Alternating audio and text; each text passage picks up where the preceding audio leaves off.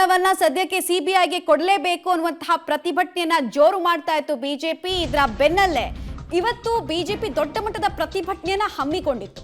ಆದ್ರೆ ಪ್ರತಿಭಟನೆ ಮೈಸೂರು ಚಲೋಗೆ ಇನ್ಫ್ಯಾಕ್ಟ್ ಕರೆ ಕೊಟ್ಟು ಅಲ್ಲಿ ಜನ ಜಮಾಯಿಸೋಕ್ಕೂ ಮುಂಚೆನೆ ಪೊಲೀಸರು ಕೆಲವು ನಾಯಕರನ್ನ ಅರೆಸ್ಟ್ ಮಾಡಿದ್ದಾರೆ.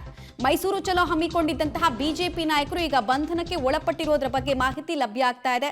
ಮೈಸೂರು ರೋಡ್ನಲ್ಲಿ ಸರ್ವಿಸ್ ರೋಡ್ನಲ್ಲಿ ಭಾರಿ ದೊಡ್ಡ ಹೈಡ್ರಾಮಾನೇ ನಡೀತಾ ಇದೆ. ದೃಶ್ಯಾವಳಿಗಳನ್ನ ಗಮನಿಸ್ತಾ ಇದ್ದೀರಾ. ಪ್ರಬಲ ಅಸ್ತ್ರವಾಗಿ ಬಿಜೆಪಿ ಈ ಮೂಡ ಹಗರಣವನ್ನ ಜಳಪಿಸ್ತಾ ಇದೆ ಕಾಂಗ್ರೆಸ್ ಸರ್ಕಾರದ ವಿರುದ್ಧ.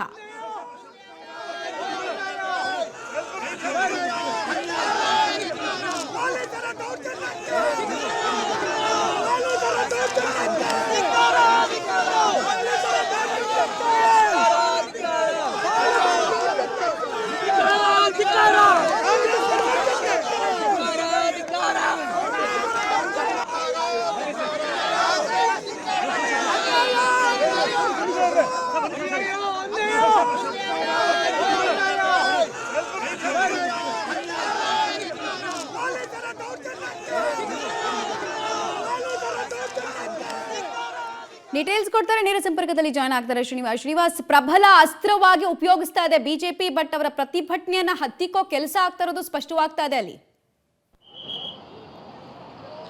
ಮಮತಾ, ಬೆಳಗ್ಗೆಯಿಂದನೇ ರಾಜ್ಯ ಸರ್ಕಾರ ಬಿಜೆಪಿಯ ಒಂದು ಮೂಡ ಪ್ರತಿಭಟನೆಯನ್ನು ಹತ್ತಿಕ್ಕುವಂತ ಕೆಲಸವನ್ನು ಮಾಡಿತ್ತು. ಇವತ್ತು ಮೈಸೂರು ರಸ್ತೆಯಿಂದ ಕದಂಬ ಹೋಟೆಲ್ ಇಂದ ವಿಜಯೇಂದ್ರ ಅಂಡ್ ಟೀಮ್ ಅವರು ಮೈಸೂರು ರ್ಯಾಲಿಯನ್ನು ಹೊರಟಿದ್ರು.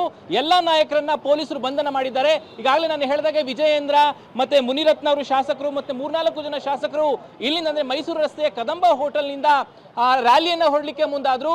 ಕಾರ್ಯಕರ್ತರನ್ನು ಸೇರಿ ಎಲ್ಲಾ ನಾಯಕರನ್ನ ಪೊಲೀಸರು ಬಂಧನ ಮಾಡಿದ್ದಾರೆ. ಯಾವುದೇ ಕಾರಣಕ್ಕೂ ರ್ಯಾಲಿಗೆ ಅವಕಾಶ ಕೊಡೋದಿಲ್ಲ ಅನ್ನುವಂತಹ ಮಾತುಗಳನ್ನು ಹೇಳಿ ಪೊಲೀಸರು ಬಂಧನ ಮಾಡುವಂತದ್ದು.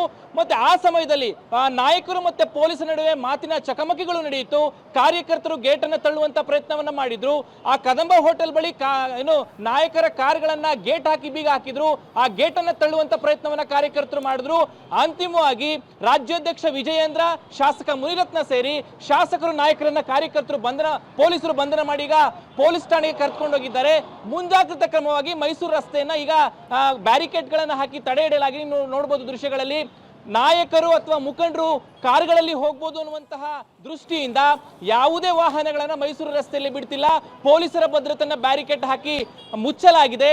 ಪಕ್ಕದ ಸರ್ವಿಸ್ ರಸ್ತೆಯಲ್ಲಿ ವಾಹನಗಳನ್ನ ಮುಂದೆ ಹೋಗ್ಲಿಕ್ಕೆ ಬಿಡ್ತಿದ್ದಾರೆ.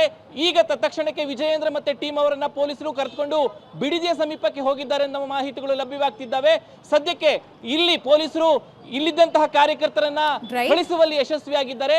ಸದ್ಯಕ್ಕೆ ಮೈಸೂರು ರೋಡ್ ಕೂಡ ಟ್ರಾಫಿಕ್ ಜಾಮ್ ಆಗಿದೆ ಅಂತ ಹೇಳ್ಬೋದು. ಧನ್ಯವಾದ ಶ್ರೀನಿವಾಸ್ ತಮ್ಮ ಮಾಹಿತಿಗಾಗಿ.